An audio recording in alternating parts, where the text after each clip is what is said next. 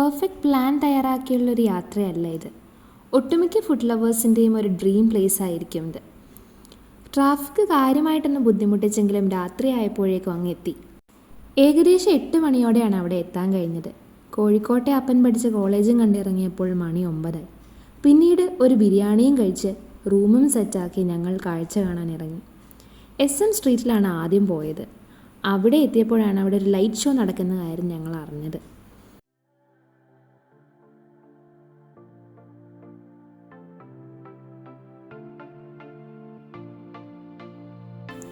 പിന്നീട് ഞങ്ങൾ പോയത് ബീച്ചിലോട്ടാണ്.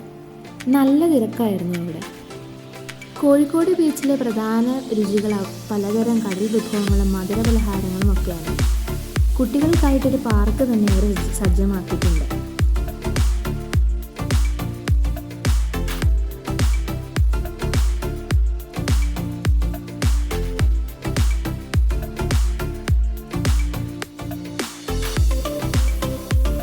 രാത്രി നല്ല തിരക്കായിരുന്നതിനാൽ രാവിലെ ഒന്നുകൂടി വരണമെന്നൊരു ആഗ്രഹം തോന്നി.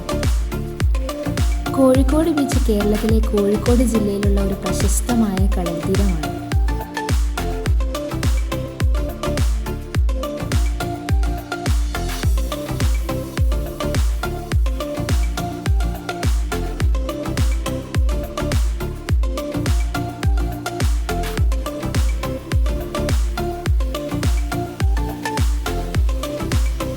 എല്ലാ പ്രായത്തിലുമുള്ള സന്ദർശകരെ ആകർഷിക്കുന്ന ഒരു സ്ഥലമാണ് കോഴിക്കോട് ബീച്ച്.